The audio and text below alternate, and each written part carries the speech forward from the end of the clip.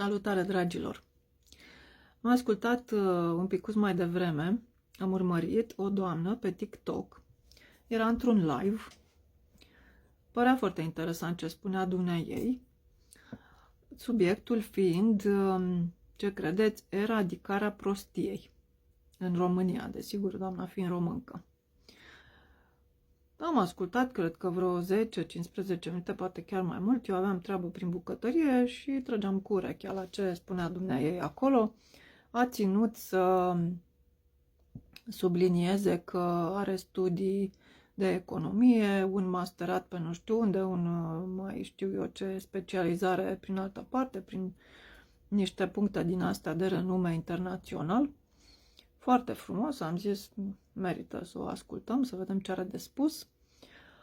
Cred că repetase informația asta de câteva ori, că era în live și atunci nu știu cum s-a nimerit că tocmai am picat eu pe felie, probabil că mai spusese și înainte. În sfârșit, am ascultat, interesante discuții, le-a avut și niște invitați, s-a vorbit despre gândirea critică, bla bla bla și bla bla bla, până când la un moment dat din discuții am înțeles, deci doamna nu a spus direct, dar am înțeles despre ce era vorba, că făcea parte din tabăra celor care sunt contra suveraniștilor, da, nu știu cum să le zic, tabăra cealaltă, da?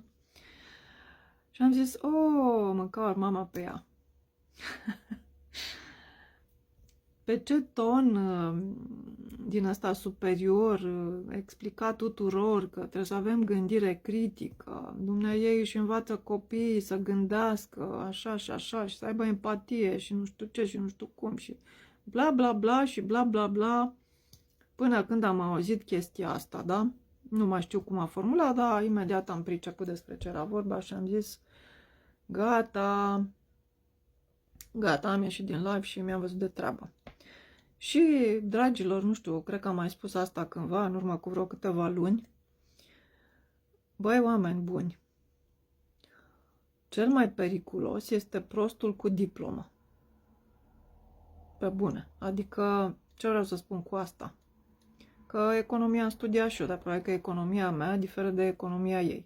Acum eu n-am masterat, ce-i drept, dar probabil că de la masterat încolo votez pe altcineva, probabil, da, cine știe.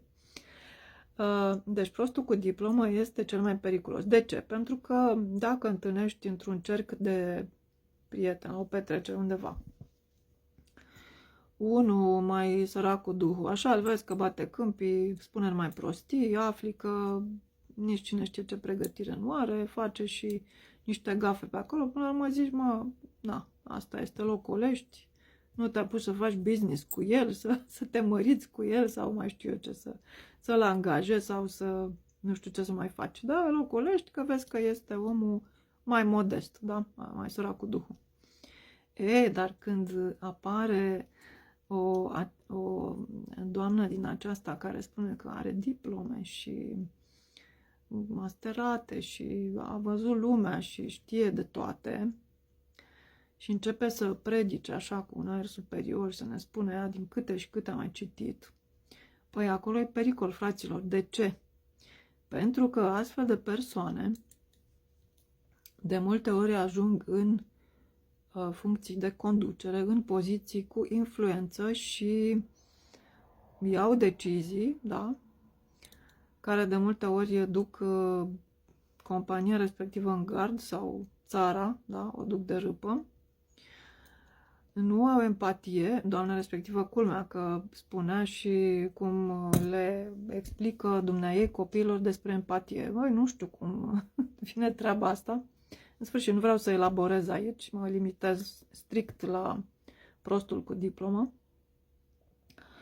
Deci are influență, ia decizii, de multe ori decizii proaste și, din nefericire, oamenii mai puțin pregătiți, dar nu neapărat mai puțin înzestrați, mai puțin pregătiți, care își văd lungul nasului, ca să zicem așa, se uită așa ca la soare și spun, bă, dacă doamna cutare a zis că trebuie să ne vaccinăm, ne vaccinăm, nu? E doar un exemplu. Și mi-amintesc acum de tot așa o doamnă din asta foarte bine pregătită, care tot așa într-un live a ținut să spună că este lector universitar și că nu înțelege, dom'le, pe suveraniști. În momentul în care a intrat cineva și a spus că, Doamne, nu înțelegeți că ăștia au vândut apa francezilor și bla bla bla, și doamna lector universitar a zis, cum, doamne, ce vorbești? Vorbești prostii. Conspirații, chestii, cum adică? Păi nu e apă în supermarket? Ce să mai comentăm? Așa că, dragilor, cei care sunteți tentați să luați de bune gogoșile astea în virtutea faptului că Xulescu are diplomă de nu știu care, doctorat, are nu știu ce funcție, eu nu spun, poate fi un om de calitate, un om inteligent, un om cu empatie, un om, nu știu, ca domnul Georgescu, da? Despre care noi ne-am lămurit, da? Poate fi un om ok, dar e bine să cântăriți foarte atent ce spune acea persoană, să vă folosiți inima, da?